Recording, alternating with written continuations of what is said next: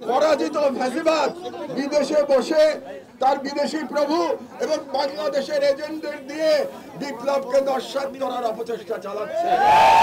আপনাদের কাছে আমার সনির্বন্ধ অনুরোধ, একজন সিনিয়র সিটিজেন হিসেবে এবং আপনাদের লড়াইয়ের সাথী হিসেবে আমার অনুরোধ যে আপনাদের মধ্যে যেন কোনো অনৈক্য না আসে, কোন রকম অনৈক্যের ফাটল ধরে যেন ফ্যাসিবাদ আবার বাংলাদেশে মাথাচাড়া না দিয়ে উঠতে না পারে।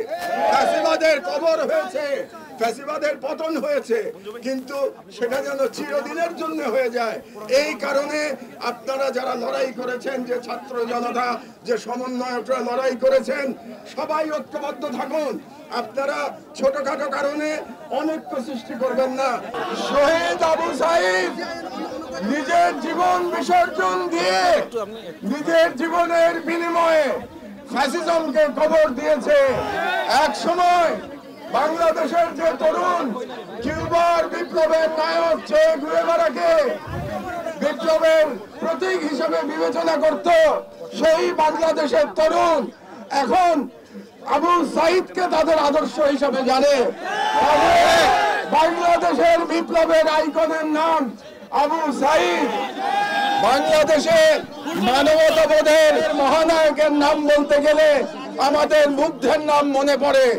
এক সুদর্শন তরুণ পরম মমতায় রাস্তায় দৌড়ে বেরিয়েছে আর বলেছে পানি লাগবে ভাই। ওই দৃশ্য মনে করলে আমি আবেগ রাখতে পারি না।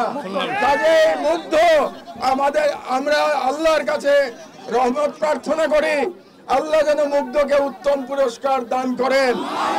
কিয়ামতের দিনে আরাফাতের ময়দানে যখন সবাই তৃষ্ণার্ত থাকবে, ইনশাআল্লাহ আমাদের মুগ্ধ তৃষ্ণার্ত থাকবে না। ইনশাআল্লাহ আমাদের স্মরণে রাখতে হবে যে এই ছাত্র জনতার মিলিত অভ্যুত্থানে ভারতের দালাল শেখ হাসিনার দানবীয় সরকারের পতন হয়েছে এবং আজকে শেখ হাসিনার পতনের কারণে আমরা আবার আমাদের সার্বভৌমত্ব পুনরুদ্ধার করতে পেরেছি এবং আমিও আল্লাহর রহমতে আপনাদের সামনে বাংলাদেশে ফিরে আসতে পেরেছি।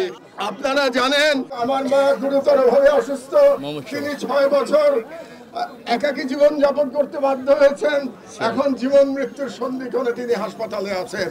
আপনাদের কাছে শুধু একটাই আমার অনুরোধ, আপনারা আমার অসুস্থ মায়ের জন্য দোয়া করবেন।